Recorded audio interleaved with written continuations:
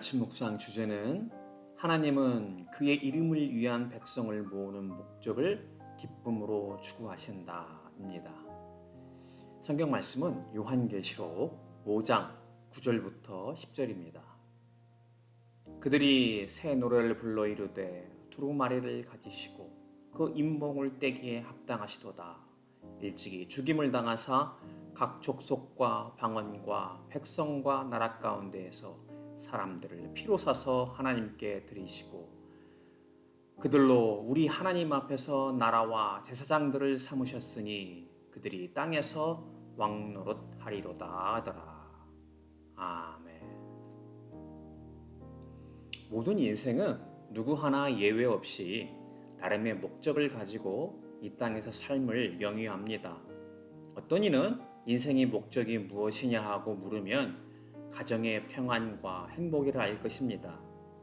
또 어떤 이는 자기를 개발하여 자신이 추구하는 직업이나 사업 등에서 성공을 하는 것이라 하는 이도 있을 것입니다.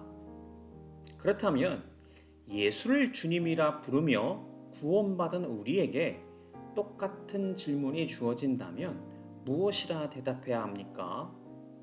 이 질문에 대한 대답이야말로 우리가 말뿐만이 아니라 실제로 그리스도인인지 구원을 받은 자인지 스스로 진단해 볼 수 있는 바로미터라 할 수 있습니다. 그렇다면 표현 방식이 인간적인 사고방식에서 나온 것이라 불경스럽기는 하지만 성경에서 하나님은 어떠한 목적으로 사신다고 말합니까? 바꾸어 말하면 하나님이 천지를 창조하시고 세상을 지으신 목적이 무엇이냐 하는 것입니다. 창세기 1장 27절부터 28절에서 나타납니다. 하나님이 자기 형상 곧 하나님의 형상대로 사람을 창조하시되 남자와 여자를 창조하시고 하나님이 그들에게 복을 주시며 하나님이 그들에게 이르시되 생육하고 번성하여 땅에 충만하라 땅을 정복하라 바다의 물고기와 하늘의 새와 땅에 움직이는 모든 생물을 다스리라 하시니라. 이것을 문화명령 혹은 창조명령이라 합니다. 하나님께서 이 세상과 세상의 모든 것들을 창조하시고 인간에게 생육하고 번성하여 땅에 충만하라 하신 뒤 땅을 정복하고 바다와 하늘과 땅에 있는 모든 생물들을 다스리게 하신 것입니다. 그 말씀은 인간에게 이러한 책임을 감당할 수 있는 능력과 권세를 주셨다는 것을 동시에 의미합니다. 그런데 첫 조상인 아담과 하와가 딱 한 가지 금지한 선악을 알게 하는 나무의 열매를 먹지 말라 하신 명령을 사탄의 유혹에 빠져 어김으로 죄를 짓게 된 것입니다. 그리하여 죄의 대가로 하나님이 허락하신 에덴에 쫓겨나게 되었고 결국은 죄의 대가로 죽을 수밖에 없게 된 것입니다. 이렇게 죄가 인간에 들어와서 하나님의 말씀과 명령을 어기고 스스로 자신이 자신의 인생의 주인, 신이 되려 한 것이 바로 우리 인간의 원죄입니다. 인간은 태어나자마자 이 죄가 자동으로 발생됩니다. 우리가 흔히 어린아이를 볼 때 순수하다고 말하지만 그것은 어느 한 단면만을 말하는 것입니다. 그 어린아이가 조금씩 커가면서 하는 짓을 보면 어느 사이인가 자신만을 위해 주장하는 것을 흔하게 볼 수 있습니다. 커갈수록 단 한 사람의 예외도 없이 우리는 스스로를 주인 삼아 자신의 만족을 위해 자아 추구를 위해 삽니다. 그리고는 세상의 부귀, 영화, 쾌락을 위해 사는 것이 대부분의 사람들의 모습입니다. 그런데 하나님은 죄로 물든 세상을 다시 재창조하시기 위하여 자기 이름을 위한 백성을 취하시려 한다고 합니다. 사도행전 15장 14절 말씀을 확인해 보겠습니다. 하나님이 처음으로 이방인 중에서 자기 이름을 위할 백성을 취하시려고 그들을 돌보신 것을 시므온이 말하였으니 하나님이 구약에서는 자기 백성을 유대 민족으로 택하고 부르셨습니다. 그들을 통하여 모든 백성을 부르실 계획이셨습니다. 그래서 구체적으로 하나님께서 구약의 언약을 새 언약으로 갱신하기로 계시하시고 예수님이 오셔서 비로소 신약에서 새 언약이 시작되었습니다. 이것은 갱신이 필요 없는 영원한 언약입니다. 이제는 유대인뿐만 아니라 세상의 모든 이방인들에게도 자기의 이름을 위한 백성, 하나님 나라의 백성을 취하려 하신 것입니다. 그렇다면 왜 유대인뿐만 아니라 다른 민족들인 이방인들까지도 자기 이름을 위한 백성을 부르신 것입니까? 하나님이 그렇게 하신 목적이 무엇입니까? 오늘 주제 본문입니다. 요한계시록 5장 9절부터 10절입니다. 이번에는 표준 세번역으로 보겠습니다. 그들은 이런 말로 새로운 노래를 불렀습니다. 주께서는 그 두루마리를 받으시고 봉인을 떼실 자격이 있습니다. 주님은 죽임을 당하시고 주님의 피로 모든 종족과 언어와 백성과 민족 가운데서 사람들을 사셔서 하나님께 드리셨습니다. 주께서 그들에게 우리 하나님 앞에서 나라를 이루게 하시고 제사장이 되게 하셔서 땅 위에서 다스리게 하실 것입니다. 예수님의 피로 모든 종족과 언어와 백성과 민족 가운데서 하나님의 이름을 위한 백성들을 사셔서 하나님께 드렸다는 것입니다. 왜 그렇게 했습니까? 그렇게 하신 목적이 여기서 나타납니다. 주께서 우리에게 하나님 앞에서 나라를 이루게 하시고 제사장이 되게 하셔서 땅 위에서 다스리게 하시기 위한 목적으로 그렇게 하셨다는 것입니다. 그렇다면 그러한 목적이 언제 이루어집니까? 예수님이 다시 이 땅에 오셔서 모든 하나님의 백성들을 죽은 자 가운데서 하늘과 새 땅에서 부활시켜 제사장이 되게 하여 다시 땅 위에서 다스리게 하신다는 것입니다. 하나님께서 창세기 1장 28절에서 나타난 천지창조를 지으신 목적, 문화명령을 다시 이루시는 것, 즉 재창조를 하시겠다는 것입니다.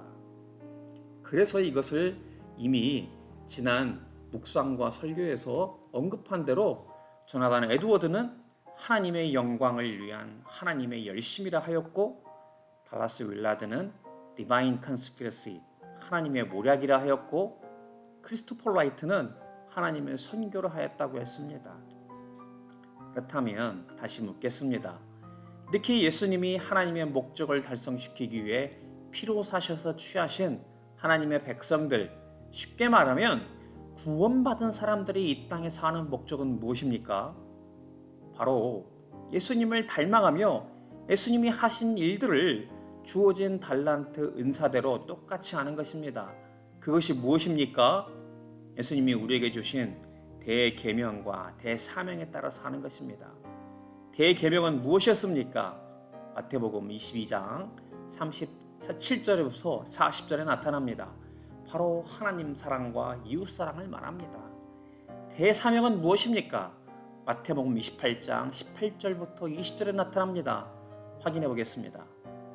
예수께서 나와 말씀하여 이르시되 하늘과 땅의 모든 권세를 내게 주셨으니 그러므로 너희는 가서 모든 민족을 제자로 삼아 아버지와 아들과 성령의 이름으로 세례를 베풀고 내가 너희에게 분부한 모든 것을 가르쳐 지키게 하라. 볼지어다 내가 세상 끝날까지 너희와 항상 함께 있으리라 하시니라. 대사명의 내용을 잘 분별해 보면 사명을 가운데 사이에 두고 예수님이 이 사명을 우리가 감당하게 하시기 위해 선언과 약속을 하신 것을 볼 수 있습니다. 예수님이 하늘과 땅의 모든 권세를 받으셨다는 선언을 하셨습니다. 예수님이 우리에게 이러한 명령을 하실 권세가 있으시고 그렇게 택하신 우리를 사명대로 살도록 하시겠다는 것입니다. 그렇다면 우리에게 주신 사명은 무엇입니까? 오늘 주제 본문과 사도행전 15장 14절의 말씀과 같은 내용입니다. 예수님이 핏값으로 사신 하나님의 이름을 위한 백성을 취하신 것을 모든 민족 가운데 찾아 그들을 제자 삼고 예수님이 명령한 모든 것을 가르쳐 지키게 하라는 것입니다. 이것이 바로 구원받은 우리가 이 땅에 태어나 사는 목적입니다. 자신이 손자리에서 땅 끝까지 찾아가 이 일을 감당하는 것입니다. 근데 우리가 어떻게 이러한 목적을 따라 살 수 있습니까? 사명 이전에 말씀하신 예수님의 권세로 인해 가능하다고 했습니다. 그리고 사명 다음에 예수님은 우리에게 세상 끝날까지 우리와 항상 함께 있다는 약속을 하셨습니다. 그렇게 우리가 이 땅에 사는 목적은 구원받은 자라 한다면, 하나님의 백성이라 한다면, 예수 그리스도의 제자라 한다면 결코 실패할 수 없습니다. 이 땅에서의 어떤 고난과 시련, 환난, 핍박, 심지어 순교까지 있다 할지라도 우리는 희생한 것이 아닙니다. 왜냐하면 그 어떠한 것과도 바꿀 수 없는 하나님의 재창조 명령 가운데 회복되어질 영생과 상급이 우리에게 있을 것이기 때문입니다. 마태복음 19장 29절의 말씀을 확인해 보겠습니다. 또 내 이름을 위하여 집이나 형제나 자매나 부모나 자식이나 전토를 벌인 자마다 여러 배를 받고 또 영생을 상속하리라. 그렇게 우리는 이 땅에서 추구하려고 하는 모든 것을 주 예수 그리스도께서 하나님의 이름을 위한 백성을 취하시려 하셨던 것과 일치시키려고 하는 것입니다. 예수님을 알기 전 우리가 추구하려 하였던 그 어떤 인생의 목적도 바로 우리가 추구하려는 대사명과는 비교조차 할 수 없습니다. 이것을 아는 것이 바로 복음이고 예수 그리스도의 제자로 사는 것이며 구원받은 자의 삶입니다. 바라기는 이 지혜 가운데 사는 복된 지체들이 되기를 축복합니다. 기도하겠습니다. 하나님 아버지, 저희를 사랑하셔서 하나님의 형상을 따라 지으시고 세상을 다스리게 하셨습니다. 저희의 죄로 인하여 죽을 수밖에 없었지만 하나님은 변치 않으시는 사랑의 목적으로 예수님으로 인하여 죄사함 받고 다시 하나님의 백성이 되게 하셨습니다. 그리고 이제 우리도 주님을 닮아 주님 주시는 권세로 맡기신 대사명을 감당케 하신 것을 바로 깨닫게 하여 주시옵소서. 예수님을 알기 전, 구원받기 전 그 어떤 추구와 목적보다도 이것이 가장 중요한 인생의 목적임을 깨닫게 하여 주시옵소서. 그렇게 주신 사명을 감당하는 것이 그 어떤 고난과 시련이 있을지라도 결코 희생이 아님을 깨닫게 하여 주시옵소서. 그 어떤 것과도 비교할 수 없는 영생과 상급이 약속되어져 있는 복음이라는 것을 알고 기쁨으로 주신 사명 감당하는 예수 그리스도의 제자요 교회의 참된 지체가 되게 하여 주시옵소서. 예수님 이름으로 간절히 기도드리옵나이다. 아멘. 오늘도 주신 말씀으로 묵상하며 기도함으로 하루를 시작하고 세상 가운데서 승리하는 삶 살 수 있기를 축복합니다.